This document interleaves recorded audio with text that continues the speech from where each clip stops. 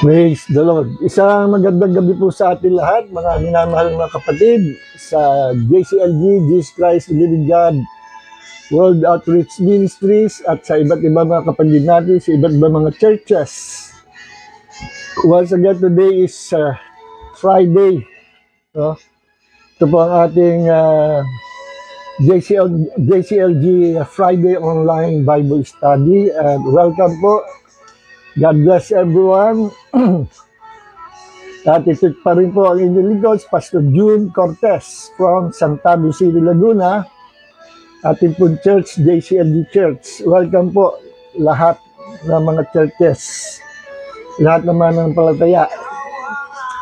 Purihin ng Panginoon, sa gabi ito tayo po ay maghuhukay ng salita ng Panginoon. Okay mga kapatid, let's pray. Thank you, Lord. Panginoon, maraming po salamat, O Diyos, sa kagandahan ng gabi ito, anumang paraan, kahit po medyo late na, tuloy pa rin po namin ito, Panginoon. Because the Word of God is the Word of God. It's alive, powerful, sharper than any two-edged sword. Panginoon, pumapasok sa aming buong pagkatao, bumabago lang ang buhay, nagpapagaling ng mga sakit karamdaman, at gumagano'ng himala sa amin pong buong katauhan. Maraming po salamat sa salita ng Diyos na amin po tatagapi sa gabi ito. Lord, Father God, anoint us with the fresh anointing of wisdom and revelation for the glory of the name of Jesus. Amen, amen, and amen.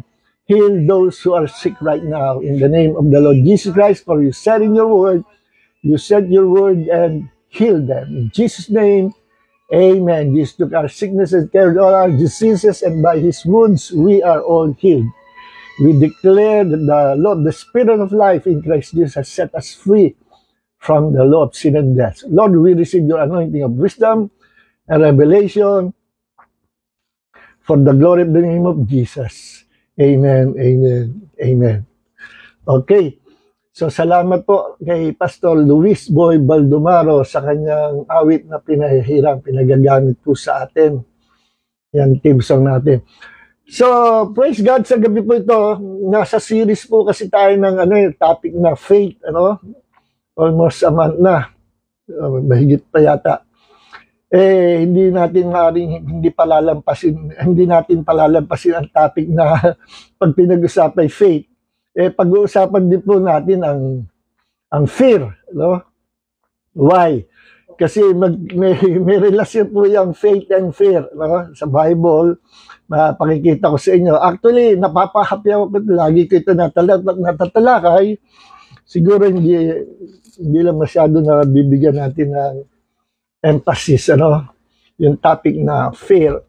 Pero kasali po yan, pag pinag-aralan ang paksa na pananampalataya, we must also discuss the topic fear. No? Why? Kasi originally, wala pong fear. God did not create fear para sa tao. Wala pong fear yan. Originally, nung nilikha ng Diyos si Adam and Eve, wala silang fear. Walang fear sa planet Earth, walang sakit karamdaman, walang kamatayan, walang corruption, walang kabulukan. Ang planet Earth ay sariwa, magiging isang malaking paradise in the future kung hindi bumagsak ang unang magulang natin na si Adam and Eve. At yung kanilang pagbagsak na yun na, nagkaganito na mundo. At doon nagsimula ang pagpasok ng fear or takot. Let's dive into this topic, faith versus fear. Paglalaban natin. Faith versus fear. So, praise God at salamat sa Diyos. Yung misis ko ay okay na ngayon. Nakalabas na na-confine siya 2 days. 2 days. At sadyang ganyan. This is maraming pagsubok sa buhay pero we always overcome every problems in this life because we are called more than conquerors. This is a fight of faith. So fight the good fight of faith. Okay. Basta na kay Jesus tayo, laging panalo. Okay, ngayon pag-usapin po natin ang fear. Saan pa nanggaling yung fear? At ano ang masamang nagagawa ng fear sa buhay ng tao. Nako, ang dami po hindi nakakalam nito. Maging yung mga Bible teachers, mga matanda theologian, mga kahit panong panahon na Reformation, hindi po nila alam what is fear, no? At yan po talakayin natin. Mapalad tayo that through the Holy Spirit, by using His Word, nire-reveal po sa atin ng Diyos what is this evil fear. Fear is evil. Ano po? Hindi po yan galing sa Diyos, kay Satanas po yan. At marami akong babanggitin pero puro direct to the point tayo para huwag tayo gabihin. Na pag-usapan po natin kagad, saan ba nag-originate ang fear? No? Yan ba nilikha ng Diyos para sa tao? Nilagyan ba ng Diyos ang tao ng fear, takot? Hindi. No? Hindi tayo binigyan ng Diyos sa takot. Mamaya magkukot tayo sa verse sa Bible. No? Saan nanggaling yung fear, the origin of fear? Yan, pag-usapan muna natin po. Nanggaling po yan sa, nagsimula sa Garden of Eden. When God created the first man, Adam and Eve, man was created in the image and likeness of God. Yung ating unang magulang, Adam and Eve, nilikha ng Diyos na very special. Tao ang masterpiece of God. Man is the crown of God's creation. Ang tao, reward ng Diyos sa kanyang sarili, na makita niya na meron siyang likha na maganda, the best. Mataas ang uri. Ano? Mataas ang uri natin. At alam niyo ba na originally, mas mataas tayo sa mga angels. Yes, saka natin talakayin yan. Ang nagpababalang sa ating kasalanan. No? Pero once na ikaw ay na kay Kristo, binabalik ka doon sa dating posisyon na pumapangalawa sa Diyos, sa kanyang kaharian. Why? Because we are joined together with Christ. At ang tao lang ang sinabihan niya na tagapagbanang kasama ni Kristo. Hindi niya sinabi sa mga angels. No? At tao lang, unique creature ang tao. Saka na natin pag-usapan yan. Ano? So, doon nagsimula sa Garden of Eden. Repasuhin natin ang istorya. So, doon sa Garden of Eden, alam natin na pinakita doon si Satanas. Ano? Ginamit niya yung katawan ng ahas. No? Ginamit niya. Why? Kasi yung pagpasok po ni Satanas sa planet Earth, illegal. Hindi legal. Bawal siya dito. Why? Because Satan is a spirit. He is a spirit being without a body, without physical body. Ang may authority lang na tumuntong dito sa lupa ay mga spirit with physical body. Kung tawagin human beings. No? Yan. Human beings are spirit. We are spirit beings. I am a spirit.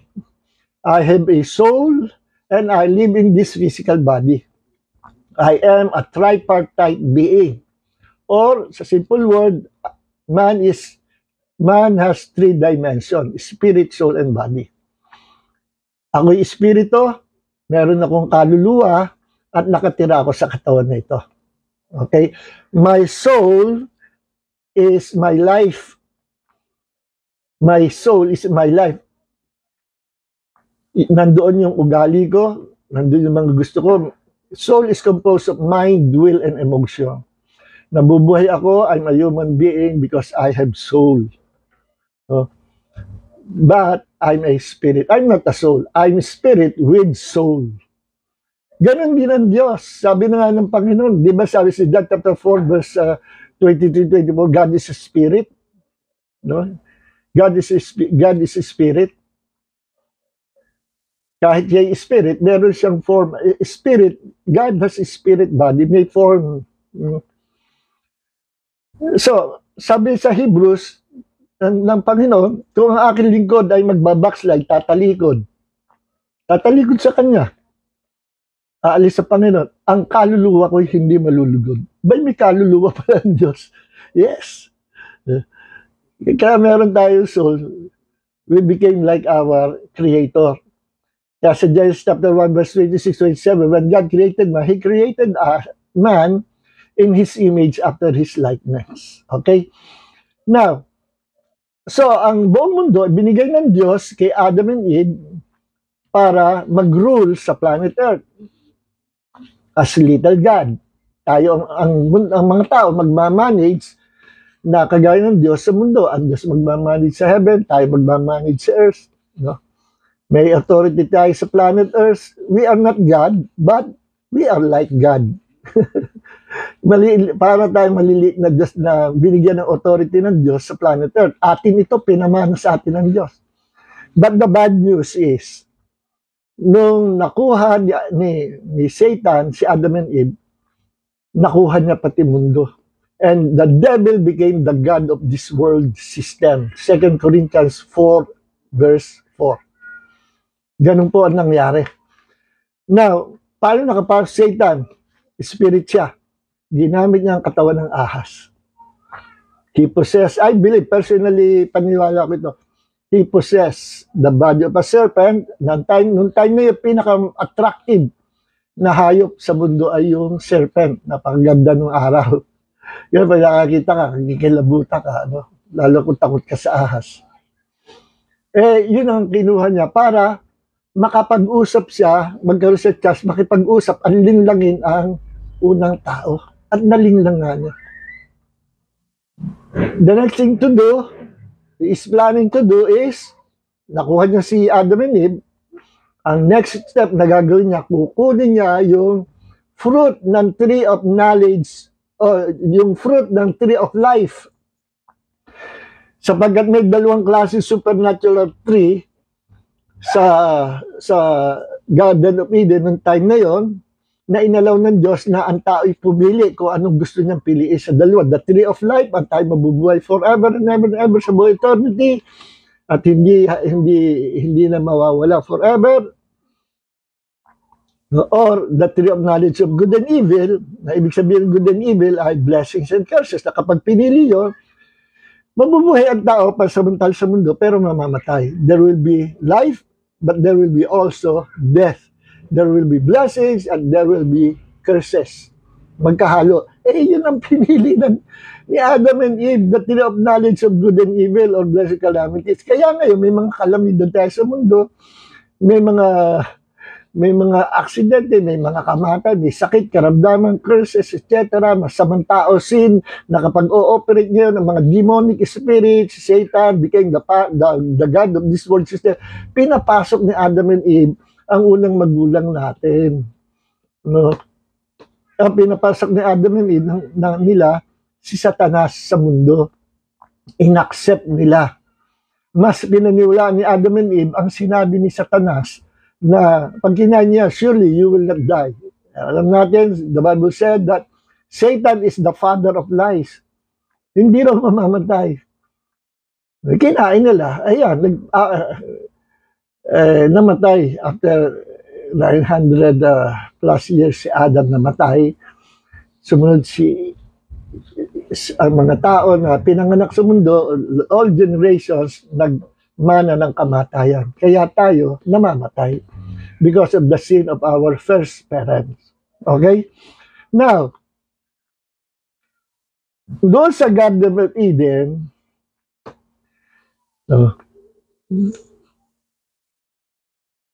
doon sa Genesis chapter 3, after nakainin ni Adam and Eve yung bunga, naramdaman ni Adam, dumating si Yahweh, ang Panginoon. No? Naramdaman niya, natakot siya. At nagtago si Adam sa halamanan. At tinatawag siya ng Panginoon, Adam, where are you? Nagtago siya. Bakit siya natakot sa Panginoon? Alam niya, nakagawa siya ng kasalanan? Yes, pero bakit? Bakit nagkaroon siya ng feeling na natakot at nagtago? Hindi siya alam niya, hindi naman dahil sa hindi siya makita ng Diyos Yung salita ng Panginoon, where are you? Where are you now? You're no longer in my hands. You're in the hands of the devil. Ba't niyo ginawa yan? Hinihintay ng Diyos mag-repent si Adam. Hindi siya nag-repent. Wala pa siya revelation about repentance. Kung alam niya lang yun, tatanggapin siya Panginoon. Pero, the bad news is, nakipag-usap sa Panginoon at sabi niya,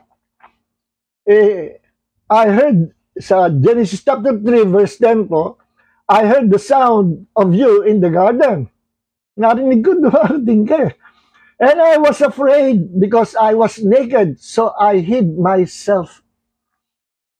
For the first time, nakita nila ni Adam and Eve na hubad sila. Alam niyo kung bakit nagulat sila na nakita nila hubad sila?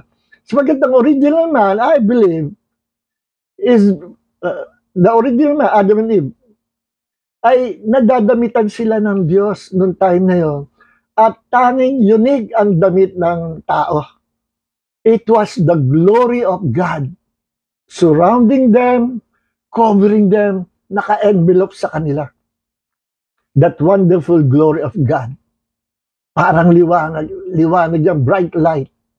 No? Yun ang naka-cover sa kanila. Kaya, nung magkasala sila, nakita nila, wala na yung covering. At nagulat sila, natakot sila. Ano nangyari? First time nakita nila yung kanilang katawan, walang covering. Kaya dali-dali, nagtakip sila ng dahon. Mahihayin sila noon. No? Kaya naawa naman Panginoon, later, ginawa ng Diyos ng damit na hindi madali masira from animal skin. Na yan ay typology ng sacrifice ni Jesus sa cross. Na tangi yung kanyang sakripisyo ang magtatakip sa kahubaran ng kasalanan at kabulukan ng tao at ang tao through Jesus by His atonement death on the cross, ang tao ay maliligtas. Patatawaran ng Panginoon. Okay. Now, sabi ni Adam sa Genesis chapter 3 verse 10, I was afraid. Ito ang first time sa Bible, Genesis chapter 3 verse 10 na binanggit ang salitang fear or afraid. Wala niyan dati. No. Now, saan galing yung fear? Alam niyo po ba, before Adam and Eve fell into sin, ang meron sila ay faith in God. Pananampalataya sa Diyos. Wala silang fear. Nilagyan sila ng Diyos ng pananampalataya sa puso nila to believe God, no? To serve God, to obey God. But they chose to be with the devil. They chose the devil and his word full of lies. Pinili nilang sumama kay Satanas. So, nung pinili nila si Satanas na mas paniwalaan nila, inalaw ng Diyos. Alam nyo kung ano ang desisyon at mga choices natin, hindi yan pinapakalman ng Diyos. Kahit nung kakainin ng Eve, kayang pitikin niya ng Diyos Yung fruit of the tree of knowledge good and evil, kaya lang ng Panginoon. Pero hindi na lang. Bakit? Kung ano ang piliin ng tao, iaalaw ng Diyos. Yan ang kakaiba na meron tayo compare sa mga angelic beings sa heaven.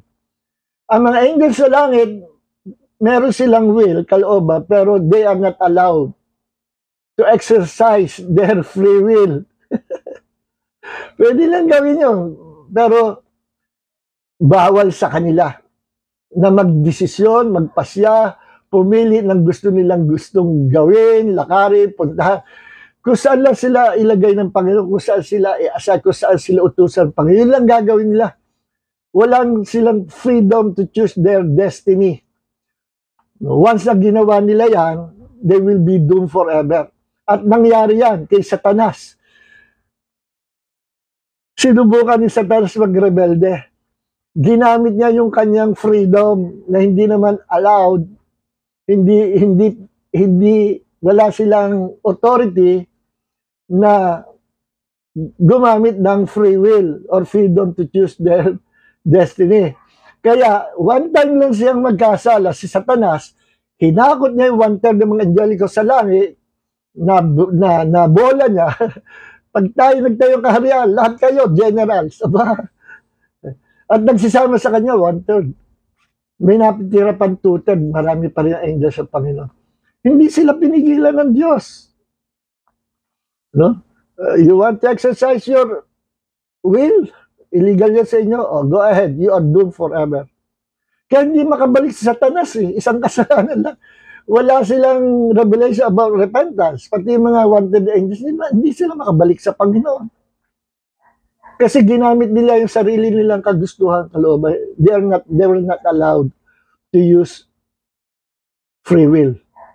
They were not free will, or they are not free moral agents. Hindi kagaya ng tao. Ang tao, nilikha ng Diyos with freedom to choose our destiny.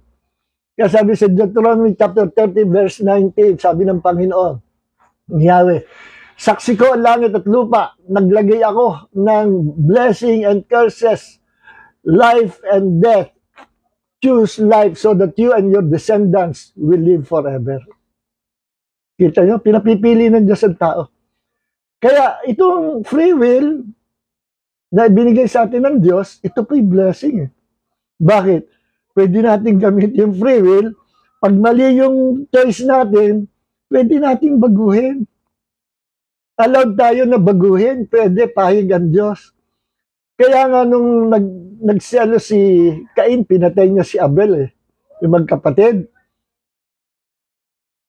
Si Yasat ng Panginoon, Cain, nasaan ka ba? Tanungan ba ako nang nawawalang kalabaw? Parang gano'n. Maangas kasi hindi tinanggap yung kanyang sacrifice na pananim. Si Abel, ang sacrifice niya, offering sa Diyos, may blood animal sacrifice. Si Cain, yung mga gulay, pananim, yung inihandog niya na typical na kumakatawa sa mga works of our hands. No? Na hindi tayo maligtas by the works of our hands, by our own goodness. Maliligtas lang tayo by the blood, by the sacrifice of Jesus.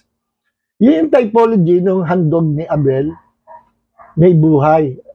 Handog naman ni Cain, yung typology ng mga gawa ng kamay ng tao, yung pananim, yung effort. Hindi tayo maligtas by our own effort, but by the grace of God. Ephesians 2:8. Okay, now, sabi ng Panginoon, ba't mo pinatay ang kapatid mo? Kasi ganito. Hindi mo tinanggap yung offering ko. Kaya, kung nagkamali ka ng offering, pwede mong ulitin. Pwede mo ulitin. Ayun, first murderer, si Cain. Okay, now, balik tayo dito. So, mapapansin nyo, yung anak ni Adam, no, si Cain, nagkaroon kagad ng nag-manifest kagad yung sinful nature niya. Bunga ng kasalanan ng unang magulang. Now, doon nag-originate ang fear sa Garden of Eden after the fall of Adam and Eve. Okay. Now, what is that fear? Dati, faith meron si Adam. Faith in God. Faith kay Yahweh. Pero, napalitan ng fear. Bakit? Because fear is faith perverted. Originally, there is no fear on planet Earth. Only faith in the heart of Adam. Nasa puso pa. Pero pinagpalit niya yung kanyang pagtitiwala, ibinigay niya kay Satanas, hindi sa Diyos natin. Kaya yung faith ni Adam na corrupt, sumama, nabaligtad. Naging fear. Nakakita na ba kayo ng yung coin, nung araw uso yung coin na yung mga American coin, inabot ako 1945 nakalagay. Yung malalaki, silver, yung kabilang side ay ibon, sa kabilang side ay mukha ng tao. Ang ginawa pa nga nung araw uso yung Caracruz, sugal. Ibon, tao, tatayaan mo. Binabawal yun.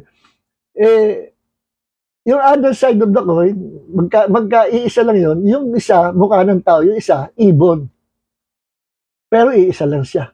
Parang ganyan ang fear. Fear is the other side of the coin. Originally, faith. Then nagkaroon ng other side of the coin called fear. Faith and fear. Alin ka doon? So, ang fear ay dating faith yan. Na-corrupt, perverted, nabaligtad, pinasama. Pero yung power ng faith na napapunta sa fear, hindi nagbabago. Because faith comes from God. Hindi po yan basta umusbong sa puso ng tao. Ang panampalataya, dumarating yan galing sa Diyos. And right now, under the new covenant, faith comes by hearing and hearing by the word of God. Yung gaya ngayon, narinig niyo ako ngayon, sa salita. Faith comes. Every time na you believe and receive the word of God na napapakinggan nyo, ini-injectan kayo ng Diyos sa puso nyo ng pananampalataya. The more word of God you heard, the more faith comes. If you receive and believe 50% of the word of God, you will receive 50% faith. Because the word of God brings faith into our heart. If you receive 80% word of God, you will also receive 80% of faith. 100% word of God, babad ka salita, you will also receive 100% faith. Kaya kung itatanong mo, paano ka magkakaroon malaki pananampalataya? Just continue to study, read, meditate, hear the word of God. Because faith comes by hearing and hear by the word of God. Romans chapter 10, verse 17. Diyan nanggagaling ang pananampalataya. At yung faith natin, supernatural po yan. Hindi yan ordinaryong naniniwala ako. Mababaw na ano yan, na pagkaunawa. Faith is power. Faith comes from the kingdom of God. Faith is a supernatural force. Power, pag sinabi force, may power. In fact, bihira rin nakakaalam, the whole universe was created by God by using His powerful force called faith. Faith. Yes. At ang kapangyarihan ng pananampalataya, nire-release yan from the heart, speaking it. Speaking the word that you believe will come to pass. Kung ano yung pinaniwalang mangyayari, palalabasin mo sa bibig mo, galing sa puso mo, na you are totally, fully convinced na anumang sabihin mo, it will happen, it will come to pass. That is faith. At dyan yan ang demonstration of just when God created the whole universe, it existed. Genesis chapter 1. Nirelease ka, God said, kita nyo, nirelease, God said. Pinapakawala ng kapangyarihan ng faith by speaking words. Magkaroon ng mundo. Magkaroon ng mga hayupan. Magkaroon ng punong kahoy. Because God is not only love, He is, ano yung mga attributes of God? God is good, God is kind, yung mga natural attributes. Pero yung main attributes of God na wala ang tao, God is eternal, God is omnipotent, omniscience, omnipresence. Yung mga good, kindness, peace, long-suffering, attributes of God, mga natural attributes na binigay din niya sa tao. Pero yung mismong attributes of God na Diyos lang meron, omnipotent, omnipresence, omniscience, all-knowing, all-powerful, present everywhere, and eternal. That is our God. Okay. Now, yung hindi alam iba, alam natin God is love, pero ang daming din nakakaalam. God is a faith. Faith, F-A-I-T-H, faith being. Another attributes of God. Ginagamit niya ang kanyang pananampalataya pag meron siyang gustong likhain. At yung faith na yan, na nasa Diyos, yun yung ibinabahagi sa atin. Para maging powerful ang buhay natin. See? Nasa puso natin yan. That what you believe in your heart will manifest in the natural realm and you will experience the manifestation of what you believe. What you believe in your heart and speak with your mouth will transpire in your life. Mangyayari. Yan yung sinabi ni Jesus sa Matthew chapter 11 verse 23. Ang sino man magsabi sa bundok na ito, Mapataas ka at mahulog ka sa dagat, hindi nag-alilangan sa kanyang puso, kundi sumampalataya na ang kanyang sinabi mangyayari, tunay na kanyang tatanggapin yung kanyang sinabi. Okay? At bago niya ituro yung principle of faith, na believe with your, speak with your mouth, may binanggit na siya. Sabi kasi mga legal, Lord, yung fig tree, no, kinurse mo, natuyo. Paano yun? Hanga sila. Ganito yun. Have faith in God. Mark 11:22. And what is that word? Have faith in God. Sa original Greek, have the faith of God. Magkaroon ka ng pananampalataya nakagaya ng pananampalataya ng Diyos. Ba't magkakaroon pa ng pananampalataya ng Diyos? Wala naman mas mataas sa Kanya. No, faith is a force. It is a force. Sa atin lang nangyayari yung nananampalataya tayo sa Diyos kasi sa Kanya tayo umasa. We are His creature and He is our Creator. So we believe our Creator, we offer our lives to our Creator, we have faith in God. At yung faith na yan, galing sa Kanya, bigay sa atin. Okay, now, so, malinaw na nabaligtad ang fear, no, ang faith. So, alam niyo po ba, ang faith ay may creative power. Kaya niyang papangyarihin yung pinaniniwalaan mo. So, kung meron ganyang power of faith, punta ka sa fear. Same power. Kung ano yung kinatatakutan mo, pwedeng mangyari sa buhay mo. Yes! Kung ano yung kinatatakutan mo, pwedeng mangyari sa buhay mo because fear is also a force like faith. Actually, yun nga sabi ko, dati ang fear ay faith. Wala namang fear sa mundo. Ang fear ay faith na binaligtad. Ngayon, ito ang ginagamit ni Satan sa planet Earth to kill, to steal, to destroy. Yung force of fear, naging license na yan to operate on this planet, to do evil, and to destroy mankind through their fear. License niya yan para siya makakilos. Kaya the more na kayo natatakot, the more napapasukin ka ni Satanas sa buhay mo. Don't be afraid. Alam niyo, isa sa mga favorite expression ni Jesus pag siya nagpapakita sa kanyang mga alagad, fear not, or do not afraid. Ako ito. Lagi na sinasabi yan pag siya ay dinadalo ng kanyang alagad. Ako ito, fear not. At sa Bible, napakaraming passages na siya sabi, si Joshua, kinausap ng Diyos, huwag kang matakot, huwag kang malupaypay. Ako yung Diyos. Lahat ng apakan mo lang iyong paa, binibigay ko sa iyo.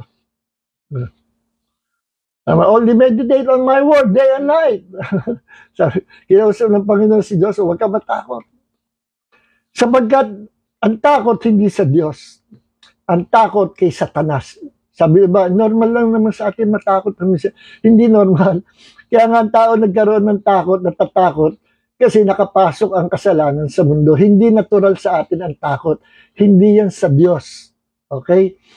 Now, malinaw na, faith is fear, fear, ang takot ay nabulok, binaligtad na pananampalataya. Kaya kung ang faith ay may kapangyarihan na papangyarihin yung pinaniniwalaan mo, ang fear may kapangyarihan din na papangyarihin yung pinaniniwalaan mo. Bigyan ko kayo ng example, ha. Ito si Job. Bakit nagkaganon-ganon ang buhay ni Job? Nagkamalas-malas. Lahat ba ng Kristiyano maranasan yung buhay ni Job? No, of course not. Si Job lang yun. Ba't nagkaganon ang buhay ni Job? Namatay mga anak niya, nagkabukol-bukol siya, nagkamalas-malas, hanggang siya nagtatapo, pero bandang huli, nag-repent naman siya. Ganito nangyari sa Job chapter 3, verse 25 and 26. Dito inire-reveal kung bakit dumating kay Job yung mga trahedya na yon na ayaw niya mangyari, pero nangyari sa kanya. At bakit nawala ng bakod ng protection si Job? Bakit?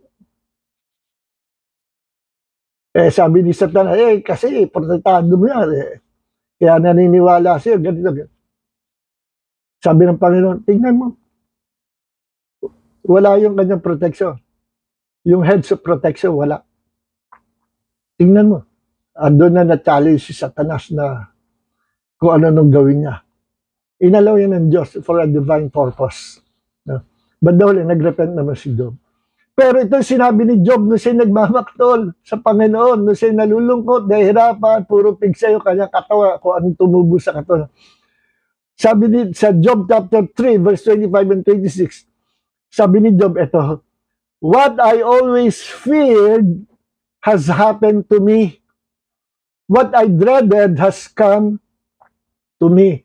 Kung ano yung kinatatakutan ko, bakit yun na nangyari sa akin? Kung ano yung ayokong mangyari sa buhay ko na kinatatakutan ko, ay nagkatotoo. Bakit? Sadyang magkakatotoo kasi nag-ooperate ka sa takot, sa fear. When you operate under the power of fear, what you believe, kung ano yung negative belief na pinaniniwalaan mo, magkakatotoo. Because fear has power. It is a spiritual force. Like faith. Kaya nga, ano yan eh. Kabaligtaran panampalataya. Nagbabangga yan. Pinanlalaban natin sa fear, yung faith natin. Samantalang ang fear, galing lang sa faith yan. Faith perverted. So sabi ni Job, kung ano yung kinatatakutan ko, nangyari sa what I always feared has happened to me. What I dreaded has come true. Verse 26, I have no peace, no quietness. I have no rest. Only trouble comes. Yun, sa gabi, nagmumuni-muni siya, wala siya kapayapaan, baka hindi siya makatulog. Kung ano iniisip niya na negative, wala siyang kapahingan. I have no rest. At ito, only trouble. Only trouble comes. Dumating ang trouble sa buhay ko nung panahon na wala akong kapayapaan at hindi ako matahimik. Tandaan sabi sa Bible, sa first chapter pala, araw-araw naghahandog si Job out of his fear, naghahandog siya animal sacrifice. Baka yung kanyang mga anak parusahan ng Diyos, baka maluloko yung anak ko, baka may kaloko ginagawa parusahan ng Diyos, kaya inihingi niya ng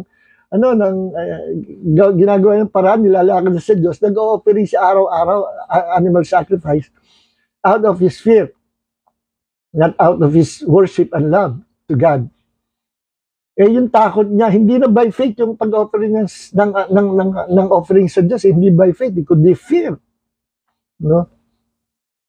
Ay, anumang offering natin na may takot, hindi yan katanggap-tanggap sa Panginoon, sapagkat ang nagbibigay ng pleasing o kalugur sa Panginoon, ang ating panampalataya. Hebrews chapter 11 verse 6. So therefore, those who come to God must believe that He is. For He is the rewarder of those who diligently seek Him. Without faith, it is impossible to please God. No? So yung mga offering natin sa Panginoon, mga awit, pagsamba, yung ginagawa natin, kung ginawa natin sa pananampalataya kay Kristo, may katuturan at tinatanggap ng Panginoon.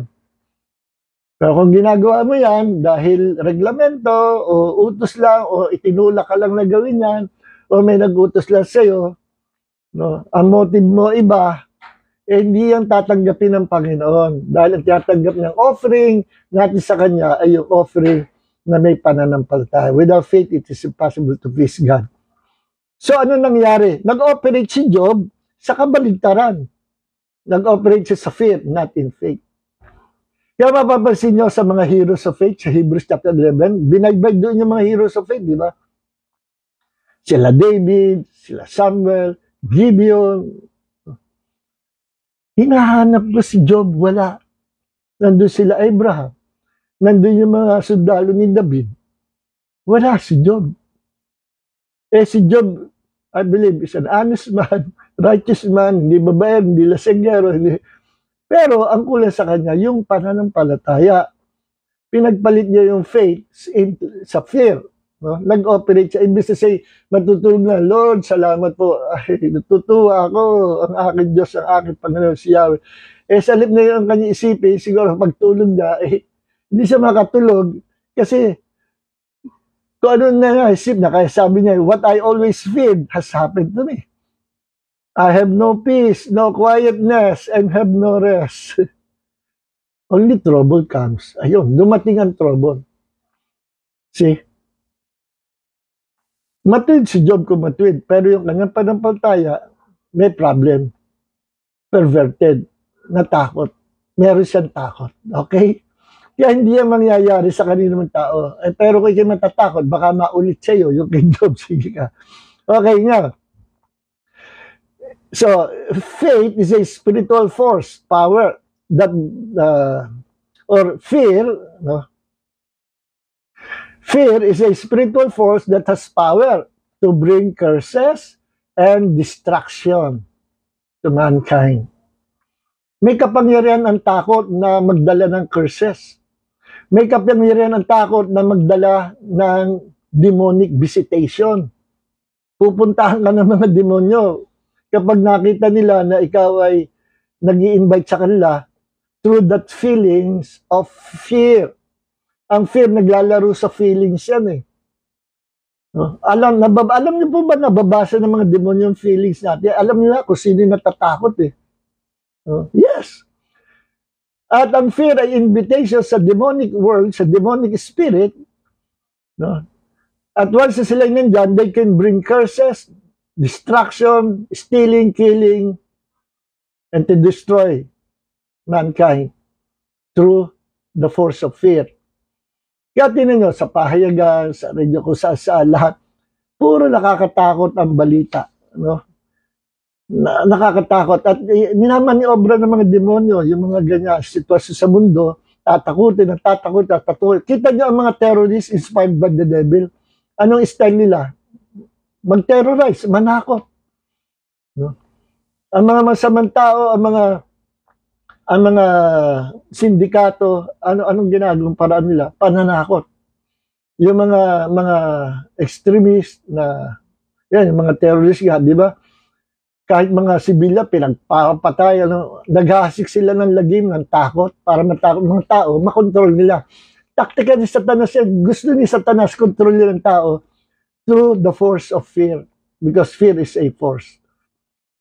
At ang fear is the license of the devil to carry out his evil scheme. No?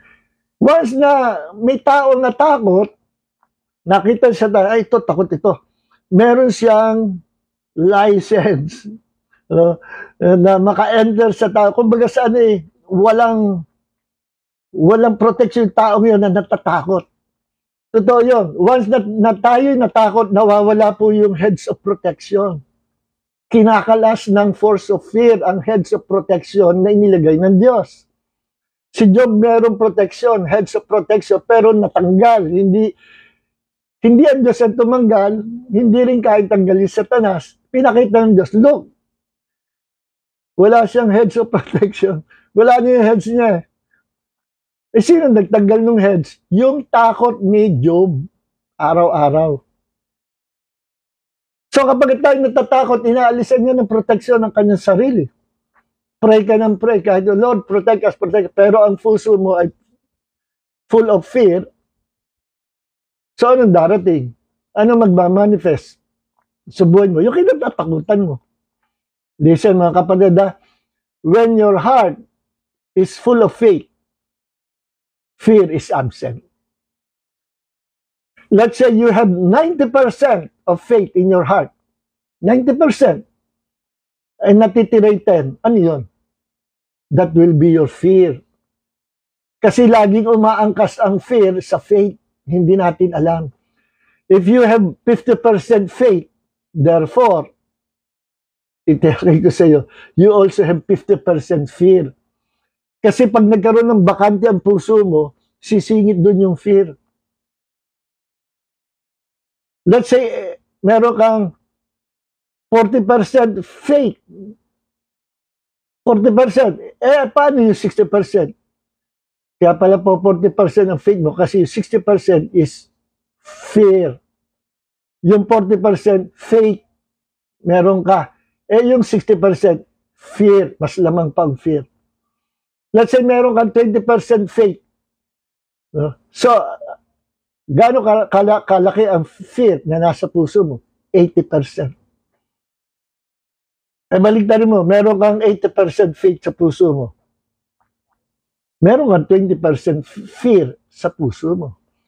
Dapat 100% faith para walang fear makapasok sa atin. And everything will be under our control, under the control of God, and under our control. Because we are operating under the power, force of faith, not fear. See? Okay. So, tandaan po niyan, fear has power to invite demons. Umpisa ang fear, ano lang yan feelings Kasi nasa part ng nature ng tao yan dahil may fallen nature ng tao Ngayon, nakakarinig ka ng bad news, natakot ka na. May biglang pumasok ba, natakot ka na. Nakiman tatakot Part of our emotion na, yung fear because man has a fallen nature. Pero pag ikay na kay Kristo na, you are a born again Christian, a new creation in Christ, everything becomes new. At tinuturoan tayo ng Diyos progressively to operate in the power of faith. No? Tinuturoan tayo ng Panginoon dahan-dahan. Pinalalago tayo spiritually. No? Yan po totoo. No? Gusto ng Diyos, meron tayong malaking pananampalataya para wag makapasok ang fear. Kasi destructive po ang fear. Fear is of the devil. It's not from God. Ang faith ang sa Diyos. Fear is Satan. No. God wants to bless our lives through our faith. Sa devil naman, the devil wants to destroy people sa pamagitan ng fear. So, sa First John chapter 4 verse 18, basahin natin. First John chapter 4 verse 18. There is no fear in love. Pag ikay puno ng pag-ibig, saka ng pananampalataya, walang puwang-puwang fear. Kaya kung ikay Kristiyano na matatakutin, kulang ka pa sa love.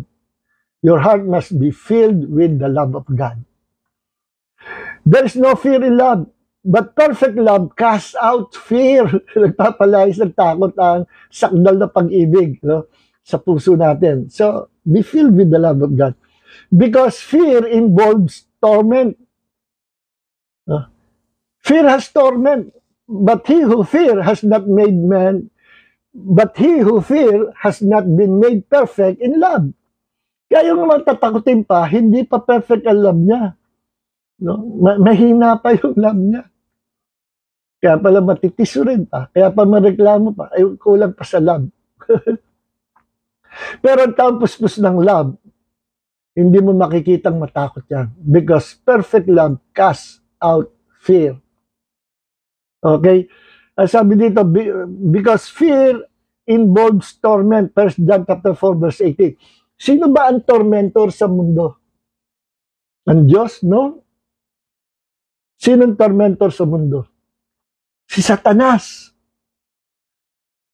Siya yung tormentor. Siya yung nagpapahirap sa tao. Kaya kung makita ni Satanas na meron kang fear, he will torment you. Pahirapan ka niya. No? Hanggang sa hindi mo na makayanan. Ang human race, pinahirapan ni Satanas sa pagpapasan ng kasalanan.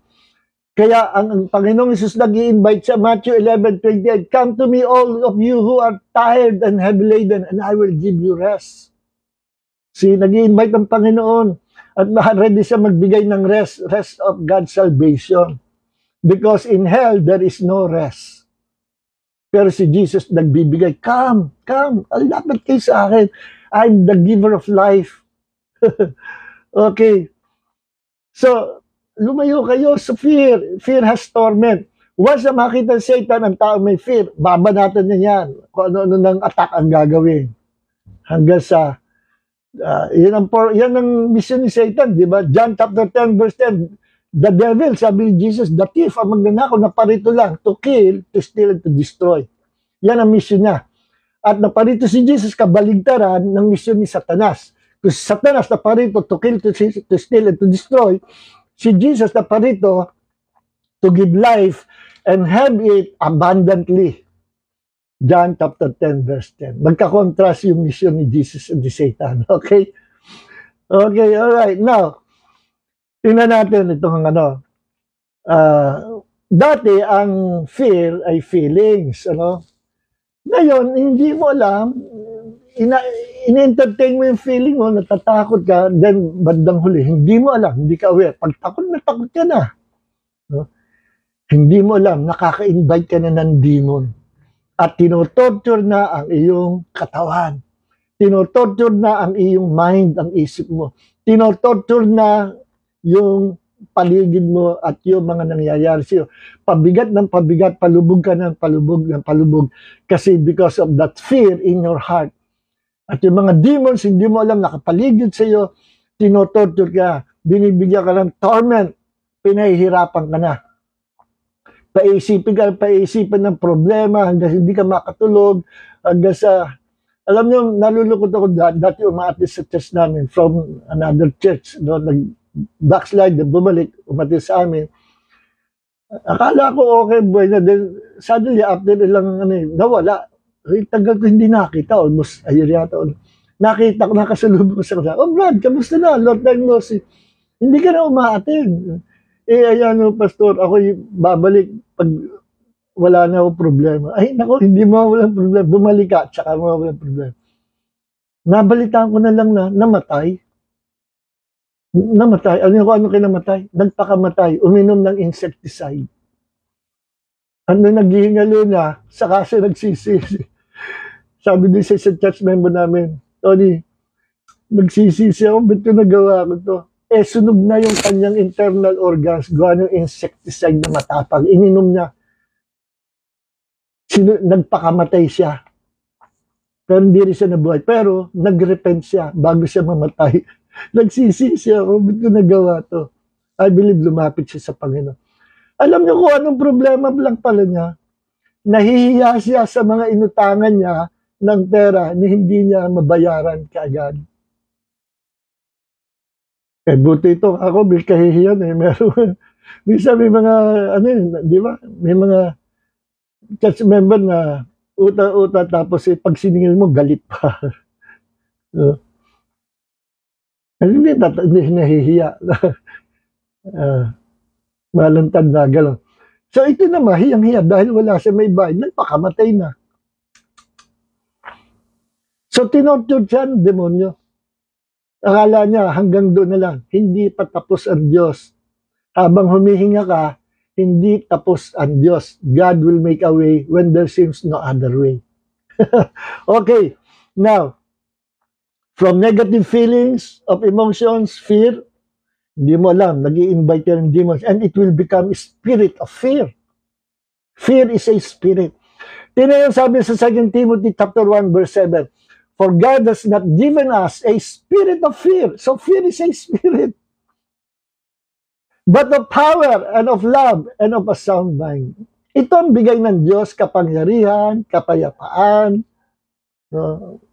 kagandahan sa emotion, yung healthy sa emotion natin, power, love, sound mind, peace, joy. Yan bigay ng Diyos, but not fear. At sabi dito, God has not given us a spirit of fear. Fear is a spirit. 2 Timothy chapter 1, verse 7 niya. Okay? The devil wants to control people's lives through the force of fear to destroy them. No? Gusto ko tuloy ng diablo ang buhay ng mga tao sa pamagitan ng fear na gusto niya itanim sa puso at isip ng mga tao. Doon siya nagkakaroon ng power to control at makapaglagay ng mga curses at kung ano-ano pa. Okay, isang example sa Bible ito. Tandaan nyo si Jesus, pinauna niya ng kanyang mga ligat. Sige, una na, susunod ako. Nung gabi na, nakita nila may naglalakad sa tubig. Multo, ako ito. Fair na. Ako ito, ay, Panginoon. Nakita ni Peter, Panginoon, naglalakad. Ito daw si Peter, sinubukan niya. Tinyali siya si Jesus, Lord, sige nga. Sinabi, Lord, sige nga, kung talaga ikaw nga, palakarin mo nga ako sa tubig. Gusto maranasan ni Peter, naranasan himala na pinakita ni Jesus. Anong sagot ni Jesus? There? O, halika. Come. Isang word lang. Come. Abay, ganun ka-powerful ang salita ng Diyos. Isang salita lang, pag iyong inangkasan at pinaniwalaan, you will walk in the realm of the miraculous. Come! Pinaniwalaan ni Peter yun, yung salitang come, one word from God is sufficient. One word from God can change your life forever. One word from God can create miracle. Come! Aba, nung tumunto si Peter, nakakalakad ako. Pero, ito sabi, sa Matthew 40 verse 30 and 31, but when Peter saw the wind was boisterous, naku, lumalakas ang hangin, lumalamig, at lumalaki ang alon. He was afraid. Natakot siya. Ano nangyari? Nung si Peter ay natakot, tandaan nyo, kung saan nandun ang fear, nandun ang distraction, nandun ang kamatayan, nandun ang takot, nandun ang kamalasan, nandun ang sumpa, nandun lahat na hindi maganda mangyayari pag ikaw ay nagsimulang matakot. No? He was afraid. At ano nangyari? Natakot si Peter. And beginning to sink. Lumubog siya. Talo. He cried out. Buti naisip na tumawag sa pangalan ng Panginoon. Sino ang tumawag sa pangalan ng Panginoon? Hindi mapapahiya. Ano nangyari? He cried out saying, Lord, save me. And immediately, Jesus stretched out his hand and caught him. Abay, lumabog lang si Peter dahil sa takot. Nung siya nakatingin kay Jesus, the eye of his faith was focused on Jesus. Hindi siya lumulubog. Ganyan din tayo mga kapatid. Hindi tayo lulubog sa problema. Hindi tayo malulubog sa pagkatalo. Angat tayo, we can walk into the realm of the miraculous by activating the power of our faith. Just focus the eyes of our faith on Jesus, ma-activate ang kapangyarihan pananampalataya. Pero the problem was, si Peter, inalis niya yung kanyang mata ng pananampalataya kay Jesus at naramdaman niya malakas sa hangin, nakita yung malaking alon, natakot siya. Kung ano ang ipakikita sa iyo ni Satanas, just ignore it. Negative situations, circumstances, just ignore it. Bakit? Palulubugin ka niya. Yan gagamitin Satan to destroy your faith at makapagkasik siya ng fear para siya ay malayang makapag-operate sa buhay mo to kill, to steal, and to destroy your life. See? So, si Peter ay natakot kaya siya lumubog. Eh kung continuous yung focus niya kay Jesus by faith, hindi siya lulubog. Ano mang negative na surround, even though he was surrounded by negative situations, hindi siya lulubog as long as siya nakatingin kay Jesus. Ganon din ang buhay natin mga kapatid. Kailanman hindi tayo matatalo sa labanan, sa buhay nito, ano man laki ng problem, negative situation, God will always make a way. And we are more than conquerors. We can overcome every problems in this life. Why? Because we are the champions. We are children of God. Romans 8:17, and if children of God, we became joint heir together with Christ. Kaya tawag sa atin sa Romans 8:35-37 ay, we are more than conquerors. Sino makapaghiwalay sa atin sa pag-ibig ng Diyos?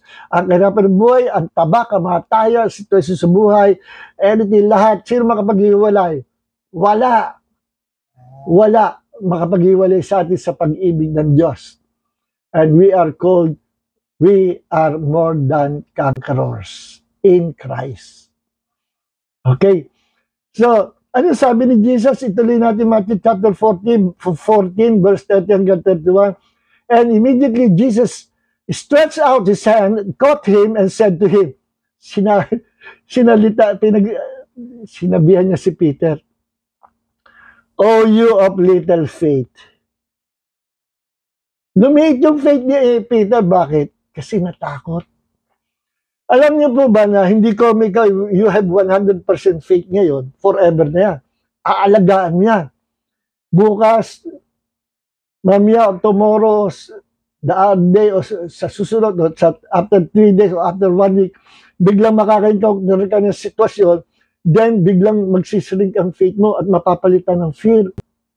So, iniingatan natin yung pananampalataya natin sa ating Panginoon. Let's continue to trust Jesus, to to trust our God, to have faith in our heart. At napagwikaan ni Jesus si Peter, "O ye of little faith." Bakit little faith? Because Peter was afraid. Natakot siya sa tubig. Okay. At may kasunod pa. Why did you doubt? So ang tao pala, pag maliit ang panampalataya, may sumisingit na takot at may sumisingit na pag-alinlangan. At na-rebuke ni Jesus, "O ikaw na may maliit na pananampalataya." Ayaw ng Diyos na maliit ang ating faith. Bakit ka nag-alinlangan? So malinaw, ang taong maliit ang panampalataya, merong fear. At ang taong may fear ay merong doubt.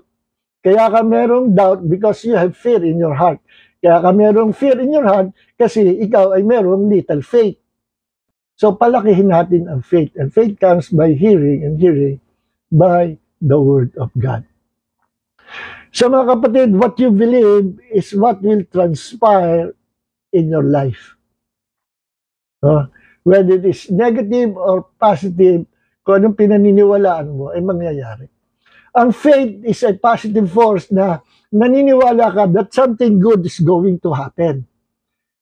That the promises of God will come to pass and you will experience that blessings na galing sa promises of God. That is faith. Believing na something good is going to happen. Baligtarin mo ang fear, ang faith. Magiging fear. Ano ang fear? Fear is believing that something bad is going to happen. See? Fear is believing that something bad is going to happen. Same with faith. It's just a faith perverted. See? So mga minamahal, hanggang dito na lang. Please share this video at masyadong gabi na. Pagpalain po tayo ng Panginoon at sumayin niyo ang ating Panginoon. Lord, thank you, Father God, for this brother, Lord, na patuloy kasama namin sa pakikinig, pagtatapat, paglilingkod sa iyo. I-bless mo po ang kalang buhay. Kung sino man may mga sakit, karamdaman, pagalingin mo po sila sa pangalan ni Jesus. You sent your word that healed us. And you took our sicknesses and carried our diseases, and by your wounds, we are all healed right now. In Jesus' name, amen. Thank you, Father God. I-bless mo po mga kapatid. Anoint them, Lord, and use them for your glory na ma-share nila ang mga katotohanan ito sa iba pa mga kapatid. May the grace of Jesus and the fellowship of the Holy Spirit be with you all in the name of Jesus. Amen and amen and amen. Hello, Brother Jason Arceo. God bless your life. Sister Maris Guerra. Okay, God bless you all mga kapatid. Shalom.